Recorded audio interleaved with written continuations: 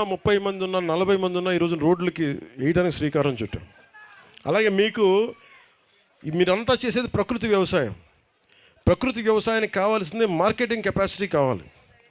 ఒక్క సెంటు భూమి కూడా వేస్ట్ అవ్వకుండా మీరు పంటలు పండించగలిగే స్థాయి కనుక వస్తే మీకు గంజాయి వైపు వెళ్ళాల్సిన అవసరమే ఉండదు, మీకు బాగుంటాయి. అలాగే ఆరోగ్య ఫెసిలిటీస్ మటుకు చాలా బాగా చేస్తాం. అంటే నేను జీవో నెంబర్ 3కి ఇది మాట్లాడుతూ ఉన్నా. ఇప్పుడు నేను మీ చేత ఓట్లు వేయించుకోవడానికో చప్పట్లు కొట్టించుకోవడానికో ఒక మాట మాట్లాడి చేసేస్తాం అని మాట్లాడవచ్చు.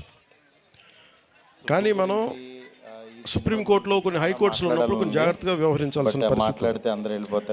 అన్ని ఉద్యోగాలు మనం ఎవరైనా సరే ఉద్యోగాలు ఎలా వస్తాయి మీరు ఆలోచించండి. స్కిల్ ఉండాలి. ఒకవేళ నాకు రిజర్వేషన్ లేదు, రిజర్వేషన్ లేనప్పుడు నేను ఏం చేస్తాను చెప్పండి? స్కిల్ డెవలప్ చేసుకొని వెళ్ళాలి. రిజర్వేషన్ వచ్చే వరకు వెయిట్ చేయడం నాకైతే భయం వేస్తుంది నా జీవితం. సో నేను మీరు చెప్పిన GO3 ఏదైతే ఉందో దాని గురించి ముఖ్యమంత్రి గారి దృష్టికి తీసుకెళ్తాను. ఈ లోపు మీరు ఆర్థికంగా ఇబ్బంది పడకుండా మీకు స్కిల్ డెవలప్మెంట్ చేస్తే మీకు ఫలితాలు వస్తాయి, మీకు ఆర్థికంగా బలోపేతం అవుతారు. మీలో నేను మొన్న పోయినసారి అరకుకి పోయినప్పుడు ఒక కుర్రోడికి మార్షల్ ఆర్ట్స్ వచ్చు, మలేషియాలోకి వెళ్దామంటే అన్న నాకు సపోర్ట్ చేయట్లేదని. అలా ఎంతమంది మీరు ప్రతిభ మీలో ఎంతమంది ఉందో మీకేం తెలుసు? మిమ్మల్ని మౌంటైనీరింగ్ పంపించామనుకోండి, మీరు ఒకటి తెన్సింగ్ నార్కేలా ఉన్నారేమో. మీ ప్రతిభ పాఠవాల్ని బయటికి, మీ సమర్థత బయటికి తీయాలి. మీరు గొప్ప రన్నర్స్ ఉన్నారేమో, మ్యారథాన్ రన్నర్స్, గోల్డ్ మెడలిస్ట్ సాధించగలరేమో, మీరు గజీతగాళ్ళు ఉన్నారేమో, సైంటిస్టులు ఉన్నారేమో, లేదంటే గొప్ప IASలు IPSల స్థాయి ఉందేమో, గొప్ప పోలీస్ అధికారుల స్థాయి ఉందేమో. ఇవన్నీ మనకు తెలియదు కదా. అందుకని ఈ ప్రభుత్వం పెట్టింది ఏంటంటే స్కిల్ డెవలప్మెంట్ మీద దృష్టి ఎక్కువ పెట్టింది. హక్కులతో పాటు, జీవోలతో పాటు, కాన్స్టిట్యూషన్ పరంగా, రాజ్యాంగ పరంగా ఎలాంటి హక్కులు లభించేలాగా ముందుకు తీసుకెళ్ళడంతో పాటు స్కిల్ డెవలప్మెంట్ చాలా బాధ్యతగా తీసుకున్నాం. అందుకనే నేను కోరుకుంటుంది ఏంటంటే ఇక్కడ సినిమా పరిశ్రమ కూడా రావాలి. వీళ్ళు ఎవరో బయట దేశాలకు పోతూ ఉన్నారు.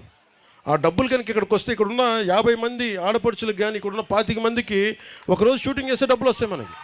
సో ఇట్లాంటివన్నీ ఆలోచించి నేను టూరిజంను డెవలప్ చేయాలి, విదేశీయులు రావాలి, ఇవన్నీ ఆలోచించి మేము ముందుకు వెళ్తా ఉన్నాం. మీ సహాయ సహకారాలు కావాలి, మీరు అండదండలు కావాలి, మీకు అభివృద్ధి కావాలి. మనస్ఫూర్తిగా కోరి మీకోసం నిరంతరం పనిచేస్తామని తెలియజేసుకుంటూ ఇక్కడికి వచ్చిన కూటమి నాయకులందరికీ పేరు పేరున తెలుగుదేశం, జనసేన, భారతీయ జనతా పార్టీ నాయకులందరికీ, సర్పంచులకి, ప్రతి ఒక్కరికి పేరు పేరున ధన్యవాదాలు తెలుపుకుంటూ వేదిక పైన ఉన్న గౌరవ ఎమ్మెల్యేలు గారికి, ఎమ్మెల్యేస్ అందరికీ కూడా నా నమస్కారాలు, హృదయపూర్వక ధన్యవాదాలు తెలియజేసుకుంటూ ఈ కార్యక్రమాన్ని ఇంత విజయవంతంగా చేసిన మన కలెక్టర్ గారికి, SP గారికి, ఉన్నత పోలీస్ అధికారులందరికీ కూడా ధన్యవాదాలు తెలుపుకుంటూ నిన్నటి నుంచి ఈ రోజు దాకా దారి పొడుగున ఉన్న ప్రతి కానిస్టేబుల్ కూడా చేతులెత్తి నేను నమస్కరిస్తూ ఉన్నాను.